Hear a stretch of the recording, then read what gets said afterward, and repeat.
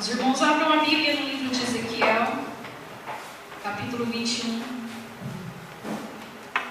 Ezequiel, capítulo 21,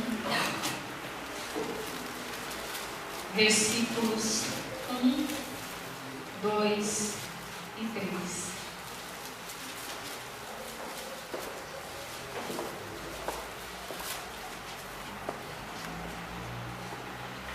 Ezequiel capítulo 21, versículos 1, 2 e 3. Amém? Diz assim a palavra do Senhor.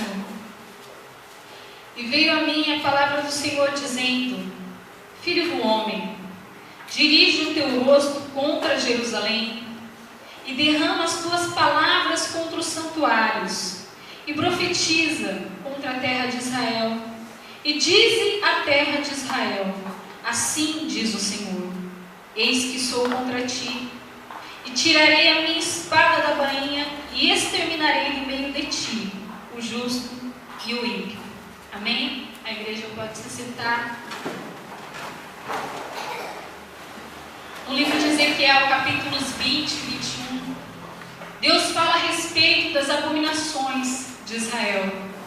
No capítulo 20 especificamente, Deus fala a respeito das abominações logo após o que? O êxodo, a saída do Egito, que êxodo significa saída. E o povo, no livro de Êxodo, eles receberam de Deus todos os estatutos, todas as ordenanças, tudo aquilo que Deus requeria deles para que eles tivessem uma conduta de pessoas santificadas e purificadas diante da presença do Senhor. Para que eles seguissem aquilo e eles vivessem através daquilo. Porque era a vontade de Deus que assim procedesse. Então o povo, eles começaram a fazer isso. Uma das formas que eles faziam isso era quando eles levavam holocaustos e ofertas dentro da tenda, ali no pátio da congregação do Senhor, que foi montada especificamente para isso, para se celebrar cultos ao Senhor. E como forma de arrependimento, eles traziam esses holocaustos, essas ofertas, para serem queimadas no altar do holocausto, para que Deus recebesse como um cheiro suave as suas narinas. Porque o fogo que consumia o holocausto era um fogo divino, porque ele era originário do céu, ele vinha diretamente de Deus, para que fosse consumido aquele animal sem mancha, sem defeito, prefigurando a Cristo, para que ali fosse o quê? Deus recebesse o perdão, o arrependimento das pessoas que ali estavam, que ali se reuniam.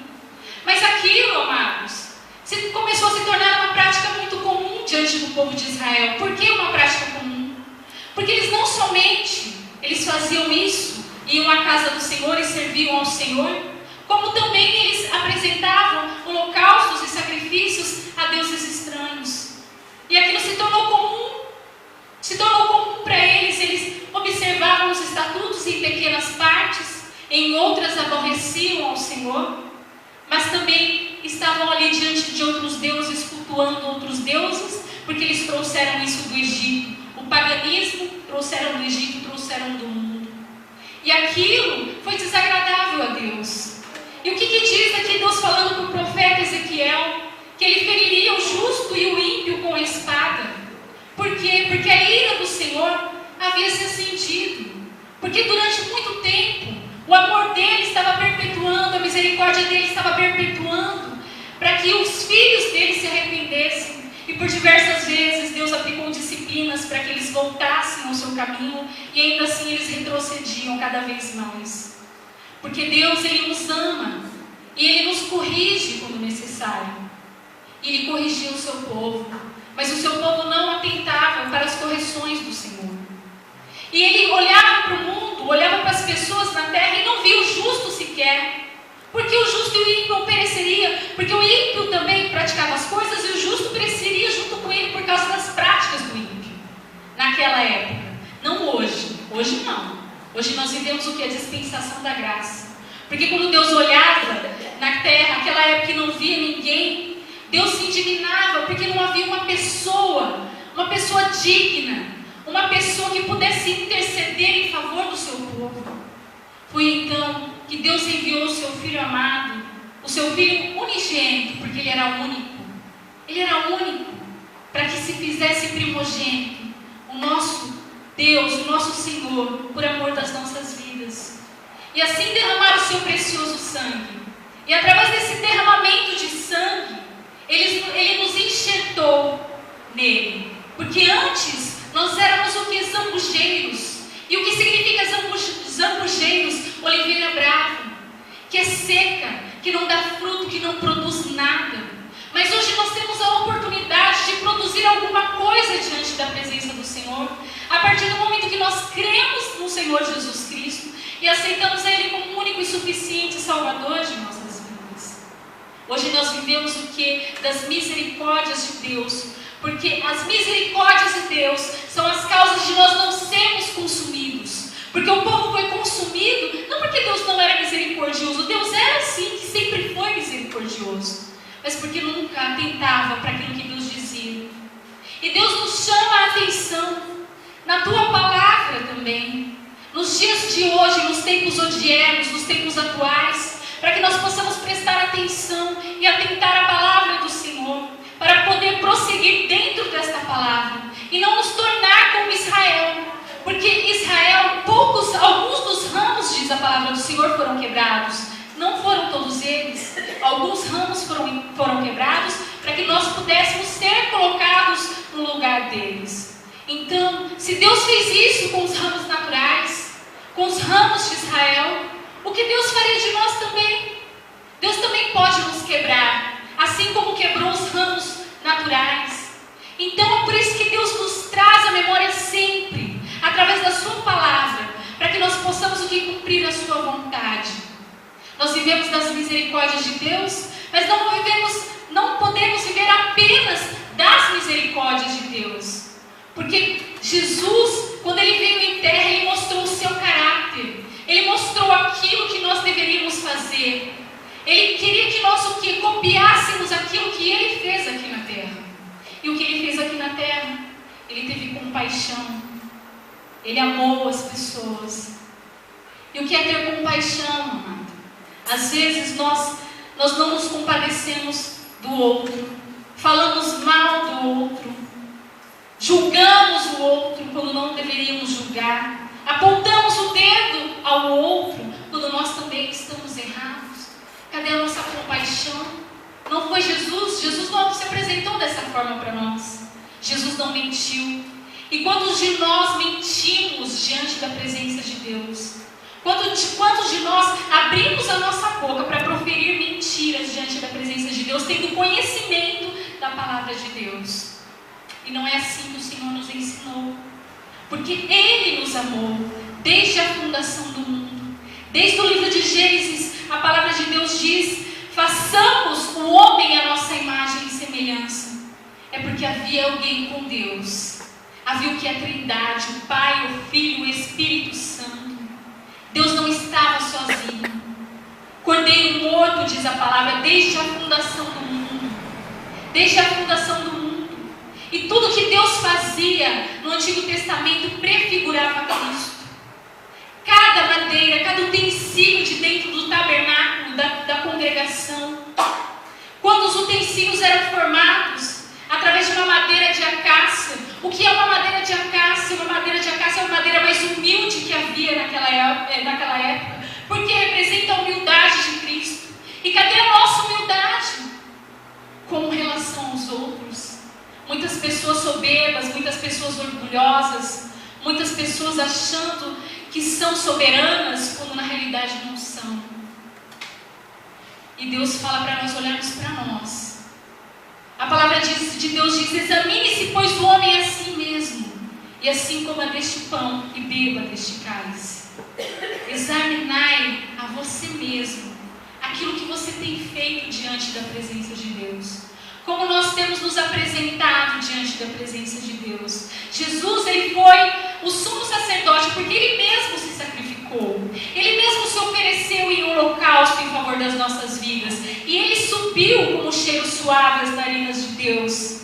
Porque Deus recebeu aquela oferta. Deus recebeu aquele sacrifício. Será que Deus tem recebido as nossas orações diante da sua presença?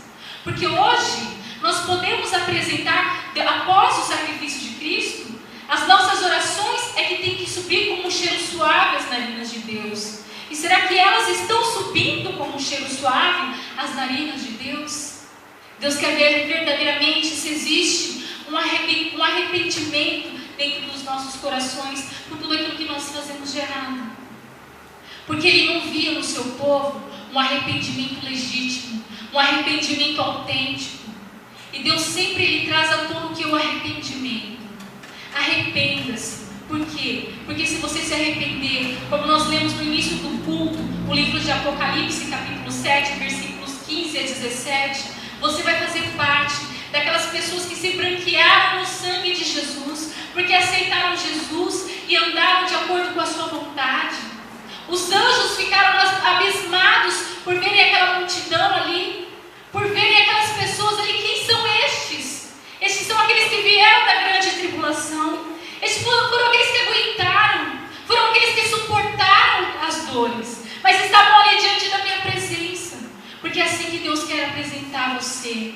É aquele que suportou, é aquele que esteve firme diante da minha presença, é aquele que se arrependeu quando mentiu, que se arrependeu quando fez alguma coisa errada, mas não foi um arrependimento como o meu povo Israel fez, não, da boca para fora. Foi um arrependimento do fundo do coração, foi um quebrantar diante da minha presença. E eu recebi, porque subiu a sua súplica como um cheiro suave às minhas narinas. Subiu como um cheiro suave, eu recebi, eu perdoei. Porque Deus, Ele é amor. E como um pai, Ele corrige.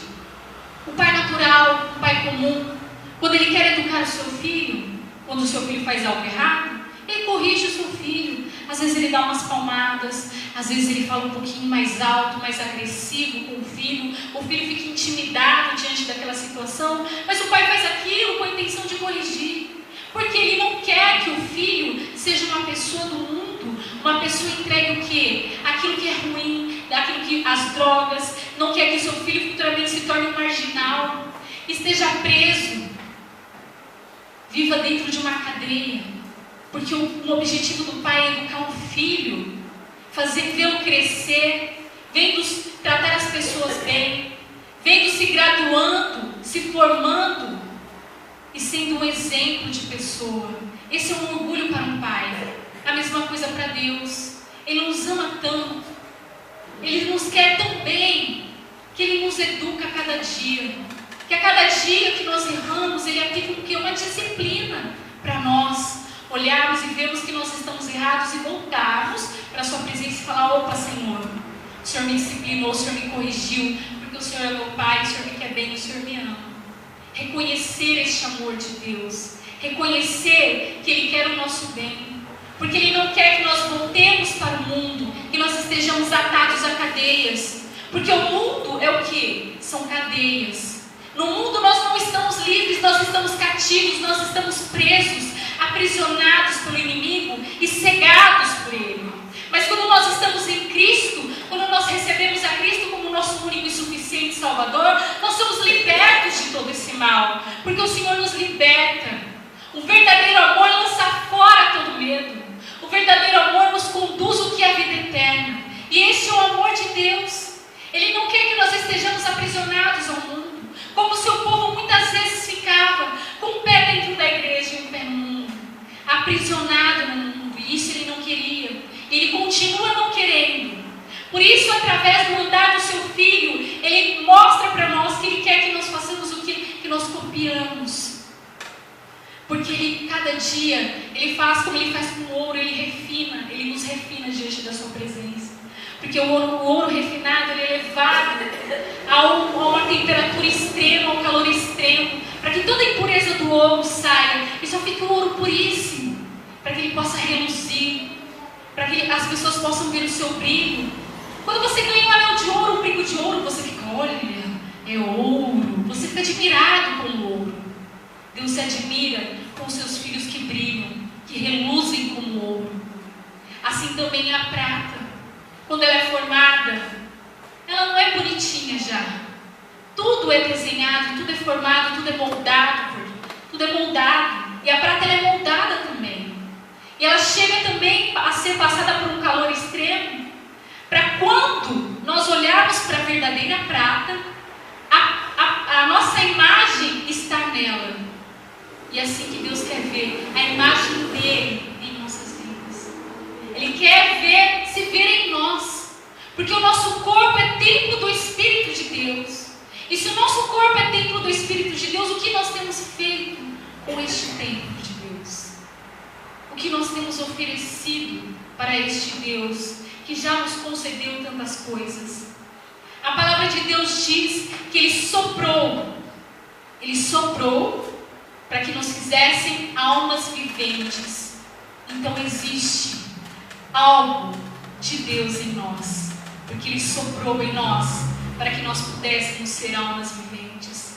Então, como almas viventes nesta terra, nós devemos ter caráter de cristão, de ser um cristão autêntico, de ser um cristão legítimo diante da presença do Senhor, para que o nosso Deus possa se orgulhar de nós, para que Ele possa se ver em nós, para que nós possamos reluzir assim como o ouro, e as pessoas admirarem, e Ele admirar também, e não se indignar como Ele fez com o povo dele, porque a palavra de Deus diz que Ele se indignou das abominações, de tudo aquilo que eles fizeram de errado. O pai matando o filho, o pai ficando com a esposa do filho, tudo aquilo que muitas vezes nos indignou muito mais a Deus. Deus ficou muito mais perplexo do que nós ficamos diante de várias situações da vida. Por quê? Porque Ele não quer isso no meio do seu povo. Porque a intenção dele é arrancar isso do meio do povo dele. E como Ele faz hoje, e como sempre Ele fez, Ele aplica correções e disciplinas para que nós possamos prestar atenção em tudo aquilo que nós estamos fazendo. Mas porque Deus é mau? Não, Deus não é mau, Deus é bom. Porque se Ele não fosse bom, Ele nem corrigia, Ele já postava no fogo. Mas isso Ele não faz, porque Ele concede o quê? Oportunidades para nós. Ele vai concedendo oportunidades para nos arrependermos. Ele vai concedendo oportunidades para nós mudarmos as nossas condutas. Ele vai concedendo oportunidades para que nós possamos ver que Ele é o alvo e que nós somos totalmente dependentes dEle. E por isso nós devemos andar de acordo com a sua vontade. E é isso que Deus requer de nós, para que assim nós possamos herdar todas as promessas de Deus. Muitas vezes, aquilo que Deus nos prometeu está sendo barrado, não porque Deus está barrando, mas por causa das nossas atitudes erradas, por causa daquilo que nós fazemos. As nossas atitudes impedem, as nossas atitudes erradas, elas impedem com que nós possamos o que? Receber a bênção. Porque nós não precisamos correr atrás da bênção do Senhor, a bênção do Senhor corre atrás de nós. Se Deus prometeu, é porque a bênção vai chegar até nós. Mas ela só vai chegar se nós andarmos de acordo com a sua vontade. Ela só se chegará a nós se nós fizermos aquilo que Deus quer. E o que Deus quer? Uma conduta boa, um caráter de Cristo, um exemplo que Ele deixou do seu Filho, que se tornou primogênito por amor às nossas vidas. Cada gotinha derramada naquela cruz, cada cortezinho que Ele sofreu, foi por amor a nós. Foi um sofrimento e um alto preço que Ele pagou, que ninguém poderia pagar, porque Deus olhando não via ninguém, não achava ninguém, não encontrava ninguém justo o suficiente para fazer isso por nós. Então Ele viu no seu Filho isso, e o seu Filho por amor a nós se sacrificou, para que hoje nós pudéssemos estar aqui e ter o privilégio de se colocar diante da presença de Deus, porque estar diante da presença de Deus é um privilégio, porque não são todas as pessoas que podem estar diante de Deus aqui num templo como este cultuando a Deus. Não são todas as pessoas, porque nós vivemos num país democrático, num estado laico, que nós podemos cultuar a Deus aonde quer que nós quisermos. E existem pessoas que não conseguem cultuar a Deus como nós cultuamos. Elas bem queriam cultuar, mas não conseguem porque são impedidas por causa disso. E muitas vezes assassinadas por amor ao nome de Deus. E às vezes nós olhamos para nós e falamos, nós sofremos tanto, eu estou padecendo tanto. Mas às vezes não vemos o sofrimento do outro. Não analisamos o padecer do outro. E isso, analisar o padecer do outro, é se compadecer. E cadê o que? A nossa compaixão. Cadê o nosso amor pelo próximo? Às vezes não amamos a nós mesmos. E nós queremos desistir de estar na presença de Deus e alimentamos isso na nossa mente. Nós não devemos deixar que o inimigo lance na nossa mente o desistir, o abandonar a fé. Nós não devemos permitir isso. Porque isso é o que? São coisas que ele utiliza, a nossa mente, para tentar nos derrubar. Mas se nós deixarmos, ele nos derruba. Isso depende de nós, impedir que o inimigo trabalhe na nossa mente. Não permitir, repreender, porque Deus nos deu poder, porque Ele nos fez seus filhos. Quando nós aceitamos a Cristo, Deus nos faz seus filhos. E como Ele nos faz seus filhos, Ele nos dá poder para repreender todo o mal, tudo aquilo que se levanta contra as nossas vidas. Então nós não devemos aceitar setas malignas. Nós não devemos aceitar que o inimigo venha contra as nossas vidas pisar sobre nós. Não. Porque quem está à nossa frente chama-se Jesus Cristo. Ele é o soldado. Ele é o rei do exército. Ele é o soberano. Jeová Sabaote é o seu nome, que significa o quê? Senhor dos exércitos. Se Ele é Senhor dos exércitos, quem vem contra Ele? Se Deus é por nós, diz a palavra, quem será contra nós? Quem será contra nós? Então nós temos que lutar contra todo tipo de paganismo, contra tudo aquilo que infestou Israel. Nós devemos lutar contra isso. Nós devemos mostrar que nós somos bons soldados de Cristo, que se nós estamos na luta, é para guerrear. E se nós estamos na luta para guerrear, é porque nós temos a certeza de que nós vamos vencer, porque Ele nos conduz à vitória. Porque Ele nos entrega a bandeira da vitória, para que nós possamos reluzir como ouro, reluzir como a prata, para que nós possamos mostrar ao mundo que nós não somos apenas alguns, mas nós somos os filhos de Deus, os escolhidos do Senhor, porque aceitaram a Cristo como seu único e suficiente Salvador. Amém? Que nós possamos nos colocar em